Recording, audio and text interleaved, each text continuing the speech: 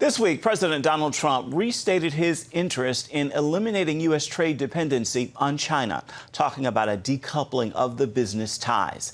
At the White House, the president said trade with Beijing has cost the United States billions of dollars. Appearing on this week's episode of The Global Lane, China analyst Gordon Chang says decoupling must happen, and he predicts tense relations between the U.S. and China in the days ahead.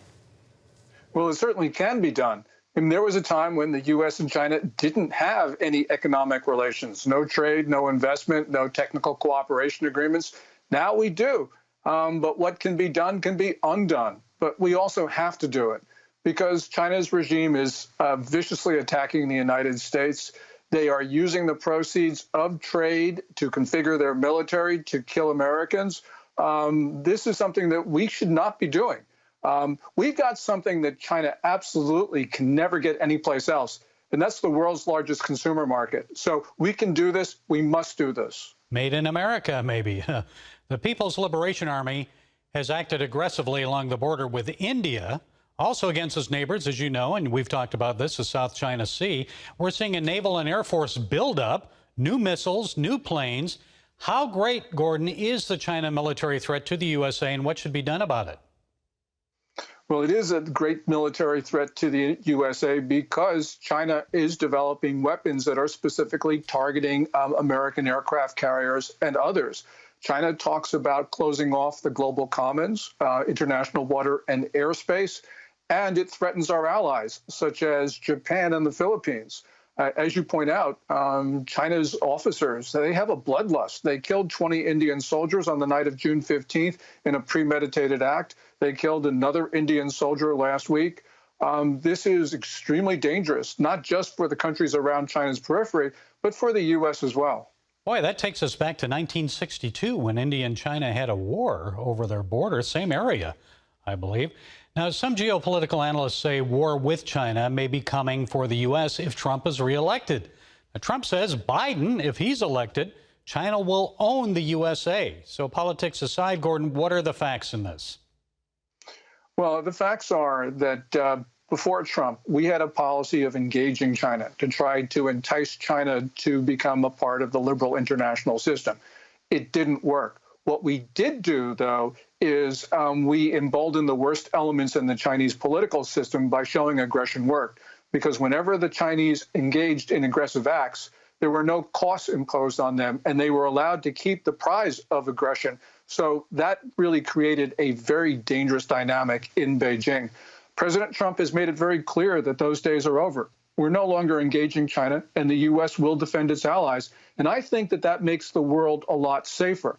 This is no doubt going to be a very tension-filled period because the Chinese think that they can push the United States around. And at some point, as we're seeing, the administration is saying no. So there is going to be danger, but this is inevitable after 5 decades of bad policy. Well, I know that Attorney General William Barr and also the president himself have said that China does not want to see President Trump get reelected, and they're going to take measures, especially, and you and I have talked about this on social media, to persuade Americans not to reelect him.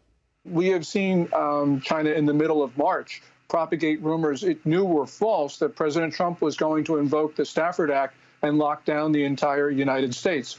China surreptitiously sent those rumors around or fueled them through text messages and social media postings.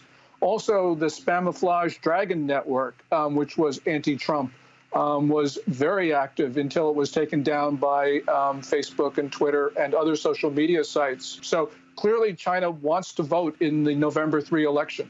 Yeah, they've liked Biden all along.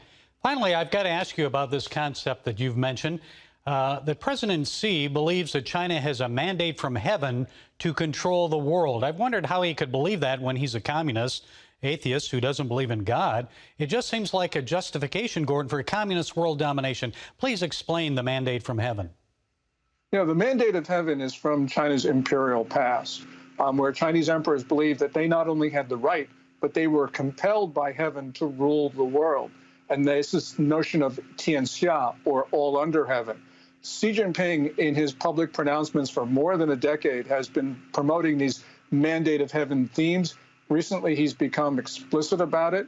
And Chinese officials under Xi Jinping have been very clear about where they're directing their thoughts.